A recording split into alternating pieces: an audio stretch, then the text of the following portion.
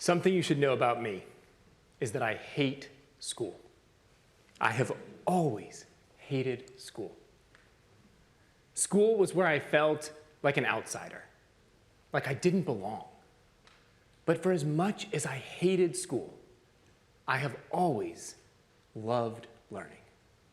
Now, maybe it's a little bit of a surprise how long I've actually spent in school for how much I hate it, or the fact that I've made a career working in education. Some of my earliest memories of school are from the first grade, shortly after a conversation that took place between my first grade teachers and my parents that went something like this: "We need to talk. There's something wrong with your kid." In the first grade, I was diagnosed with dyslexia and dysgraphia. All that meant for me as a first grader was that suddenly I was removed from class with my peers. I was in tutoring and remediation, and worst of all, I had to use these plastic pencil grips that really hurt. The explanation I was given to make this all okay was that there was something different in my brain. That made it feel a lot better. When I was in elementary school, there was no Americans with Disabilities Act. There were no legal protections for students with learning disabilities. So every year, there was a constant negotiation between my parents and teachers over accommodations. Every year, I felt more and more like a freak, like a mutant, and like I didn't belong in school. Flash forward to high school. I walk in to take the SAT. I'm protected under the Americans with Disabilities Act. I now have the right to accommodations. I walk into the auditorium with my number 2 pencil and my calculator. I sit in my wooden desk. And the proctor calls me out by name in front of all of my classmates and tells me that because I have a disability and accommodations, I need to walk to the back of the class and go down the hall to take my test with accommodations. It's what every high schooler dreams of. I did great on the SAT that day. Flash forward to college. Whether it was because of embarrassment or shame or a fierce independence streak, I didn't register with the Disability Resource Center where I went to college. I was going to do it on my own. I almost failed out my freshman year. I returned back sophomore year, humbled, using accommodations, but facing a new challenge. All my peers seem to know what they want to study. I'm forced to pick a major, struggling with what it is that I really want to learn about. And I keep coming back. In the academy, we say that research is me-search. Why was my brain different? I wanted to understand my own dyslexia. So I pitched the college on designing my own major, a major in cognitive science where I would study dyslexia from multiple perspectives: linguistics, computer science, psychology. I did a senior thesis looking at how we might use machine learning so that machines would learn to read and develop dyslexia, with the goal that we could run interventions on machines instead of kids. In an era of ChatGPT and natural language processing, this feels more accessible than ever. But more than 20 years ago, this was still the stuff of science fiction. So I decided that what I could do was to give back. I could use my privilege of having earned a degree and gotten accommodations to help other students who were also probably hating school.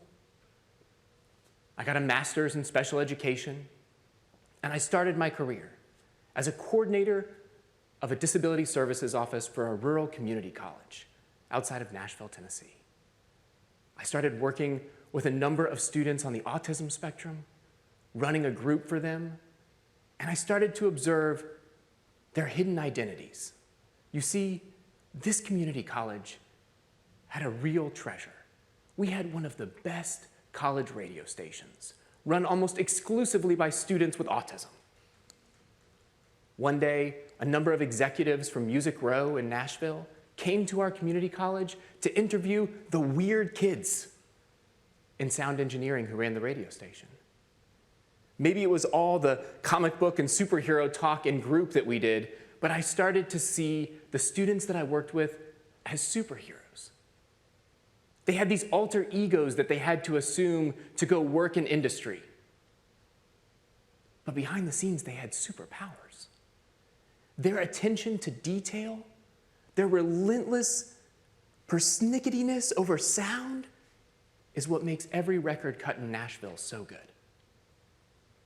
You want those individuals with superpowers in those roles. This stuck with me. When I moved to an R1 institution as a director of disability resources, now working with hundreds and thousands of students with disabilities. Now my students with autism were getting degrees in computer science and engineering. I was amazed at how far accommodations had come, how much more inclusive higher education had become. And yet, so many of my students upon graduation failed to get jobs alongside their peers. It turns out it wasn't just my students. The unemployment rate for an individual with a 4-year degree in a STEM field and a diagnosis of an autism spectrum disorder is 51%.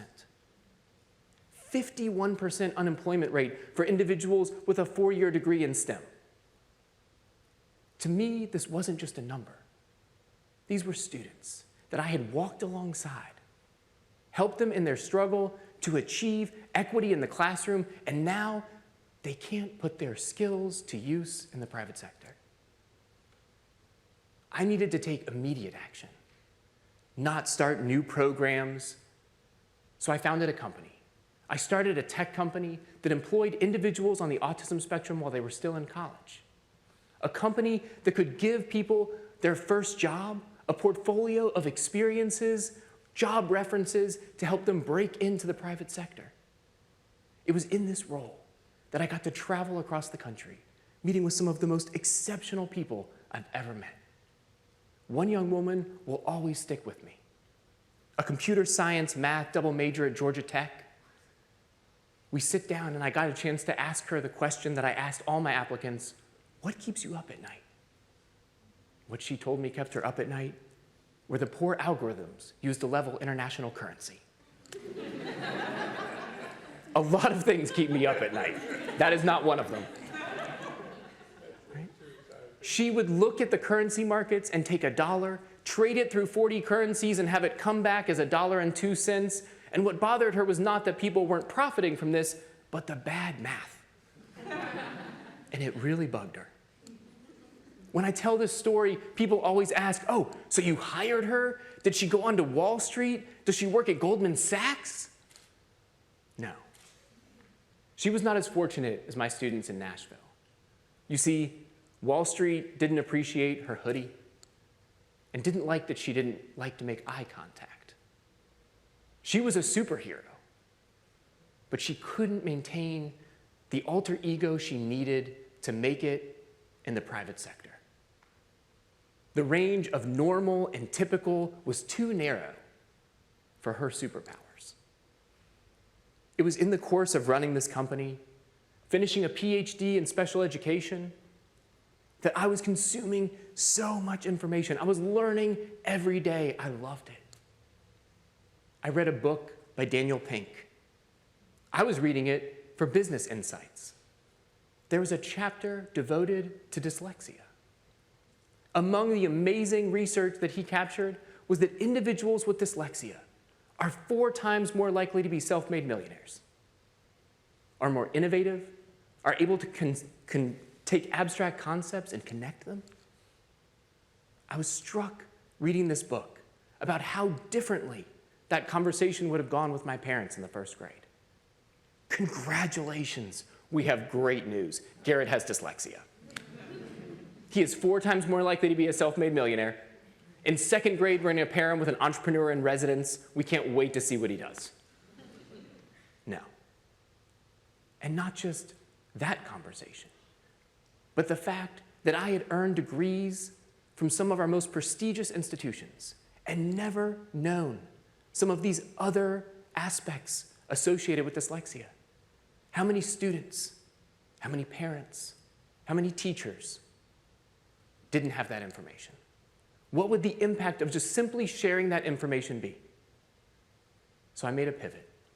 I made a pivot to focus on cross-disciplinary education and higher education, on innovation and entrepreneurship. Because the more I leaned into innovation and entrepreneurship, the more I found the others, the people too weird and too different to fit in. And that difference is what gave them the insights into the future. It is no surprise that some of our most celebrated innovators and entrepreneurs are college and university dropouts.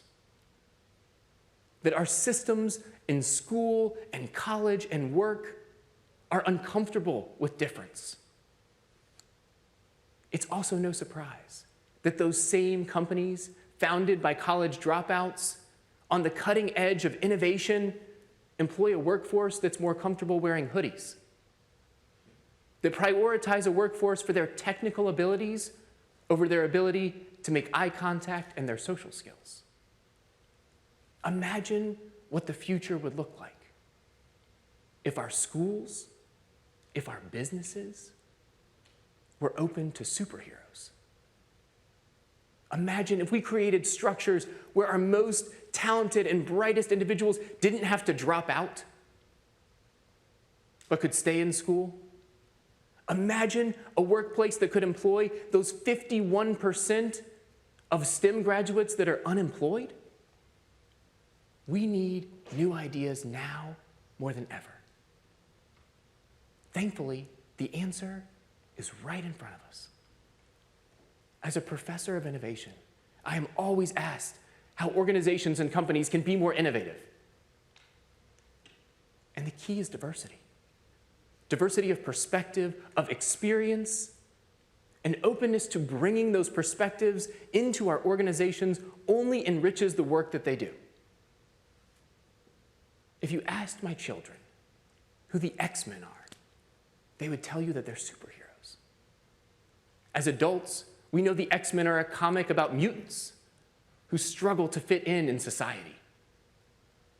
I want to live in the future as my children see it, in a world full of superheroes.